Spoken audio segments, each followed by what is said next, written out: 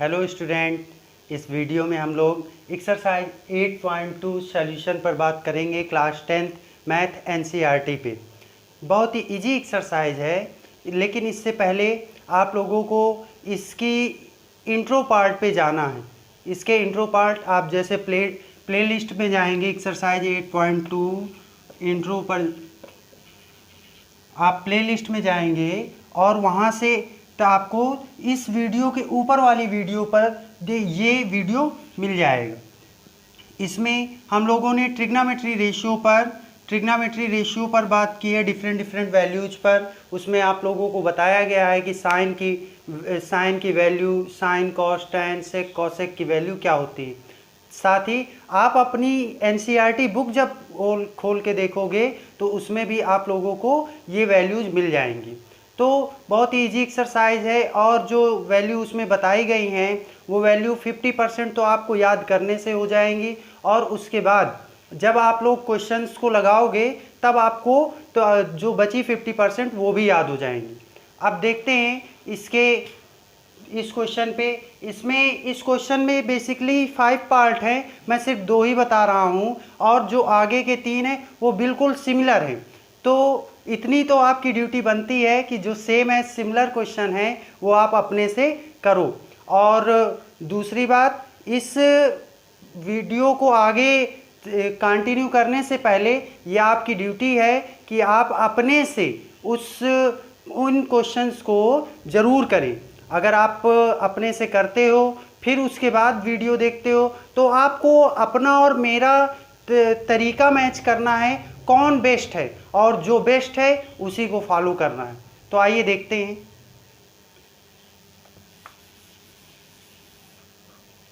देखिए, sine 60 cos 30 plus sine 30 cos 60।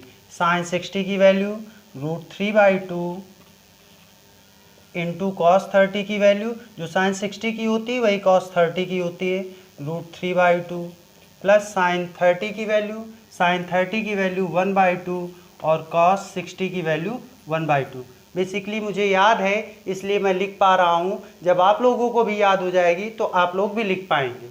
इनका multiply कराया तो 3/4 हुआ प्लस 1/4। इसको जब आपने सॉल्व किया एज अ फ्रैक्शन एलसीएम लेकर तो यहाँ 4 आया, 3 + 1 4/4, और ये आंसर 1 आ गया। ये इसका आंसर है। देखते हैं नेक्स्ट क्वेश्चन को। 2 tan² 45 cos 30 sin 60।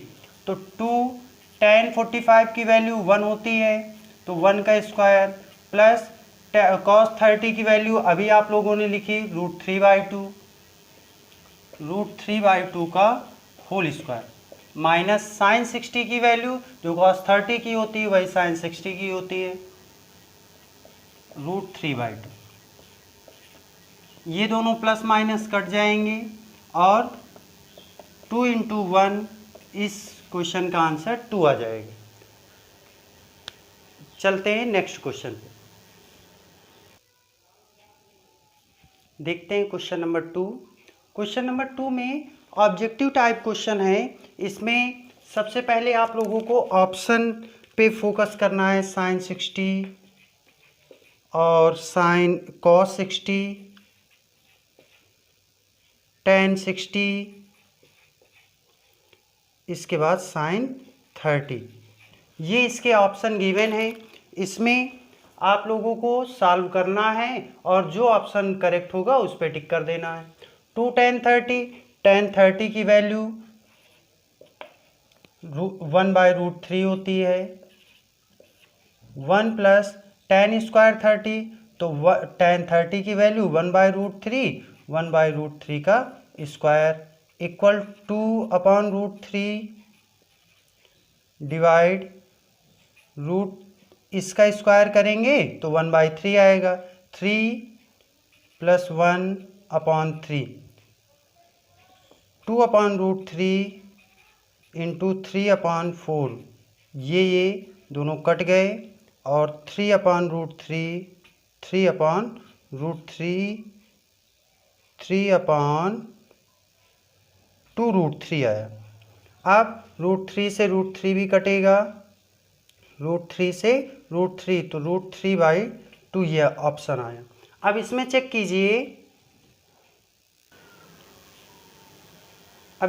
कीजिए, कि √3/2 किसकी वैल्यू होती है। तो आप लोग टेबल में देखेंगे या वैल्यू आपको लर्न है, तो ये sin60 की वैल्यू होती है, और sin60 सबसे फर्स्ट ऑप्शन है, इसको टिक कर देंगे। अब ये वाला पार्ट है, इसमें आप लोगों को ऑप्शन देखने हैं। ऑप्शन में sin90, सेकेंड ऑप्शन है 1, थर्ड ऑप्शन है sin45 और फोर्थ ऑप्शन है 0। ये 4 ऑप्शन हैं। इनमें सबसे पहले आपको सेम है जैसे ही सॉल्व करना है। 2 tan 45, tan 45 की वैल्यू 1, 2 × 1 अपॉन 1 + 1 का square equal to 2/2 equal to, ये 2 कैसे हुआ, क्लियर है ना, 1 + 1 2, ये दोनों कट गए, 1 आ गया। अब बेसिकली 1 किसकी वैल्यू, यहाँ पे आपका ऑप्शन बी करेक्ट है। वैसे tan 45 की वैल्यू cot 45 की वैल्यू 1 होती है, लेकिन यहाँ ऑलरेडी ऑप्शन में 1 है, तो ये इसका करेक्ट ऑप्शन होगा बी पार्ट। इस पे देखते हैं sin 2a equal to 2 sin a। इसमें भी आपको ऑप्शन पहले देखना है। ऑप्शन है 0, फर्स्ट में है 0, सेकंड में है 30 और थर्ड में है 45, फोर्थ में है 60 डिग्री। तो इस क्वेश्चन पे थोड़ा सा आप भी दिमाग लगाइए, कैसे कर सकते हैं। देखिए sin 2a equal to 2 sin a, इसको हम लोग कैसे करेंगे। सबसे पहले वैल्यू गिवन है, हम एक इनको ट्राई करके करते हैं कौन सा ऑप्शन सही होगा। देखिए sin 2 × आपको लेना है, let a equal to 0 degree, then 2 × 0 equal to 2 × sin 0। तो sin वैल्यू 0, sin 0 की वैल्यू 0, तो यहाँ हो गया 2 × 0 0 इक्वल 2 × 0 और यहाँ आया 0 इक्वल 0। तो ये तो फर्स्ट ऑप्शन से ही क्लियर हो गया, ऑप्शन ए सही है। आप इसके अदर पार्ट भी ट्राई कर सकते हैं। फिर sin ए की वैल्यू 30 लेनी है, फिर 45 लेनी है, फिर 60 लेनी है। बेसिकली LHS और RHS इक्वल नहीं आएंगे। इसके बाद नेक्स्ट क्वेश्चन पे चलते हैं। इसका फोर्थ पार्ट सिमिलर है, उसको भी आपको ट्राई करना है।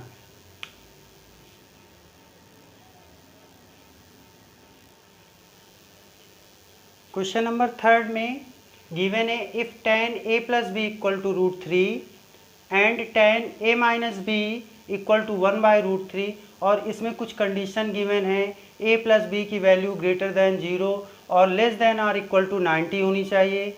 इस वैल्यू में a ग्रेटर दैन b होना चाहिए। Find a and b। इस इंफॉर्मेशन को देख के आपको डरना नहीं है। बेसिकली इसका यूज़ तो कुछ नहीं करना, लेकिन जो वैल्यू आप फाइंड करेंगे वो इसी के अकॉर्डिंग फाइंड करेंगे। देखिए सबसे पहले जो डाटा गिवन है उसको हम लोग थोड़ा सा समराइज करते हैं, उसे कलेक्ट करते हैं।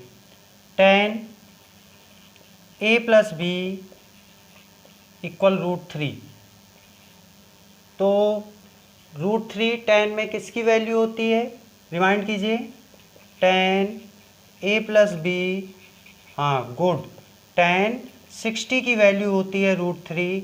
यहाँ से tan और tan एलिमिनेट हुआ, a + b की वैल्यू 60 आ गई। तो ये आपके पास एक इक्वेशन आ गया, इक्वेशन फर्स्ट। अब tan a - b equal to 1/√3। 1/√3 tan में किसकी वैल्यू होती है, रिमाइंड कीजिए। जब भी आप मेरा सॉल्यूशन वीडियो देखें तो आपके पास आपकी बुक होनी चाहिए, NCERT बुक, और मेरे करने से पहले, मेरे बताने के पहले आप क्वेश्चन ज़रूर ट्राई करें। अगर आप ट्राई करेंगे तो उसका इस वीडियो का आप ज़्यादा से ज़्यादा फ़ायदा उठा सकते हैं। दूसरा है, अगर आप इस तरह से नहीं करते तो आप सही से सीख नहीं रहे, आप अपने प्रति ईमानदार नहीं। क्वेश्चन आए या ना आए वो अलग की बात है, लेकिन आपको कम से कम एक बार ट्राई ज़रूर करना। tan a minus B equal to ये 1/√3 tan में किसकी वैल्यू होती है, tan 30 की। tan 30, tan से tan एलिमिनेट हुआ तो a minus B equal to 30 degree आया, ये और यहाँ से ये, तो ये इक्वेशन सेकंड आ गया। इन इक्वेशंस को सॉल्व करना स्टार्टिंग की एक्सरसाइजों में, स्टार्टिंग के चैप्टर में 2 चर वाले रैखिक समीकरण 2 वेरिएबल इन 1 इक्वेशन वाले चैप्टर में आप लोगों को बहुत अच्छे से बताया जाएगा। आप लोगों ने स्कूल और कॉलेजेस में तो वो पढ़ ही लिया था, साथ ही साथ मैंने इस दृष्टि से इसको ट्रिग्नोमेट्री को स्टार्ट किया है क्योंकि इसका वेटेज 10th में तो जो है ही, वो कक्षा 11-12 में भी आपको काफ़ी हेल्प करेगा। अब देखिए, इक्वेशन फर्स्ट और सेकंड गिवन है, इनको कैसे सॉल्व करना है यहीं से आप थोड़ा सा माइंड मेकअप कर लीजिए। माइनस बी इधर आ गया तो a equal to 30 plus B, ये put a equal 30 plus B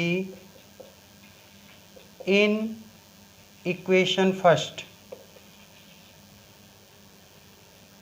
अब देखिए इक्वेशन फर्स्ट क्या है, ये है a प्लस बी इक्वल 60, तो a के प्लेस पे 30 प्लस बी नोट करना है, 30 plus B equal to 60, b equal, और यहाँ पर b भी है, ये तो हो गई a की वैल्यू, फिर आपके पास b की वैल्यू आई 60 हुआ। अब 30 प्लस b और b मिलकर 2b हो गए equal 60, 2b equal to 60 minus 30, b equal to 30/2 equal to 15 degree, और a की वैल्यू यहाँ आपने फाइंड की थी, तो a equal to 30 plus b, तो 30 प्लस 15 इक्वल टू 45। अब a और b की वैल्यू को आप लोग वेरीफाई कर लीजिए। a की वैल्यू 0 से ग्रेटर और 90 के इक्वल या उससे छोटी होनी चाहिए, तो 45 सही है, और a b से बड़ा होना चाहिए, तो 45 15 से बड़ा है, तो यही इस क्वेश्चन का आंसर हुआ। आइए देखते हैं इस एक्सरसाइज का last question, true false type question. इसमें सबसे पहला क्वेश्चन है sine a plus B equal to sine A plus sine B. आगे आप लोग अभी पढ़ेंगे साइन a प्लस बी का formula, sine A cos A plus B means sine a plus B cos A plus B, बहुत से आप लोग फार्मूले पढ़ेंगे जिसमें साइन a प्लस बी का फार्मूला होता है sine A cos B plus cos A sine B, ये फार्मूला होता है जिसके कारण ये फॉल्स हुआ। अब the value of sine theta increases as theta increases, question कह रहा है कि साइन की वैल्यू बढ़ती है जैसे जैसे थीटा की वैल्यू बढ़ती है। तो आपको याद होगा जब मैं ट्रिग्नोमेट्री रेशियो की टेबल बनवा रहा था तो मैंने बताया था, देखिए ये साइन की वैल्यू इंक्रीज हो रही है, साइन की वैल्यू थीटा एंगल बढ़ने के साथ ही इंक्रीज होती है, तो ये आपका क्वेश्चन सही है, ट्रू। क्वेश्चन मैं बोल रहा हूँ स्टेटमेंट, और the value of cos theta increases as theta increases, तो साइन के बाद जब कॉस में आए थे तो साइन वाली सीरीज को ही उल्टे क्रम में रखा था, तो यहाँ से क्लियर है ये साइन अगर इंक्रीज होता है तो ये डिक्रीज होगा, इसलिए ये फॉल्स हुआ। आप इन दोनों को देखना चाहें तो अपनी ट्रिग्नोमेट्री वैल्यू वाली जो टेबल आपकी बुक में बनी है आप उससे देख सकते हैं। Sine theta equal cos theta for all values of theta, तो ये भी फॉल्स हुआ क्योंकि सिर्फ साइन और कॉस थीटा 45 डिग्री के लिए इक्वल होते हैं और अदर में ये डिफरेंट डिफरेंट वैल्यू होती है। Cot A is not defined for A equal 0, तो ये ट्रू है। कॉट ए 0 डिग्री पर नॉट डिफाइंड।